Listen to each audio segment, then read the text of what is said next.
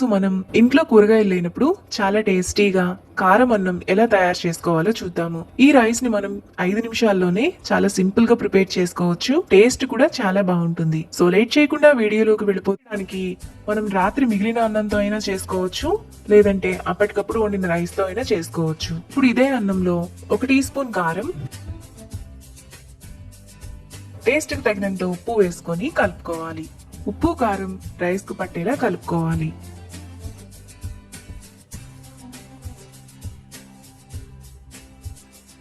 Rice ను ఇలా కలుపుకున్నాక పక్కన పెట్టుకోవాలి. తరువాత స్టవ్ మీద పాన్ పెట్టుకొని 1 టేబుల్ స్పూన్ ఆయిల్ వేసుకోవాలి.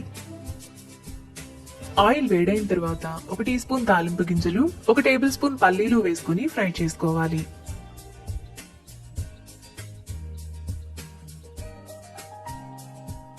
తాలింపు గింజలు పల్లీలు వేగిన తర్వాత 2 సన్నగా కట్ చేసుకున్న పచ్చిమిరపకాయలు, 1 రెమ్మ కరివేపాకు, పావు టీ స్పూన్ అల్లం వెల్లుల్లి పేస్ట్ వేసుకొని అల్లం వెల్లుల్లి పేస్ట్ కొద్దిగా పచ్చివాసనంతా పోయేంత వరకు ఫ్రై చేసుకోవాలి. పోపంతా వేగిన తర్వాత ముందుగా మనం కలిపెట్టుకున్న కారం రైస్ వేసుకొని కారానుకున్న పచ్చివాసన అంతా కూడా పోయేలా 1 నిమిషం పాటు మీడియం ఫ్లేమ్ లో కలుపుకోవాలి.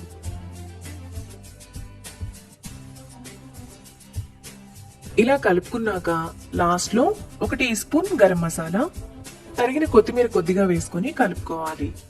మనకు ఇంట్లో కూరగాయలు లేనప్పుడు నోటికి కొంచెం కారంగా తినాలనిపించినప్పుడు ఈ రైస్ ను చిటికలో చేసేసుకోవచ్చు.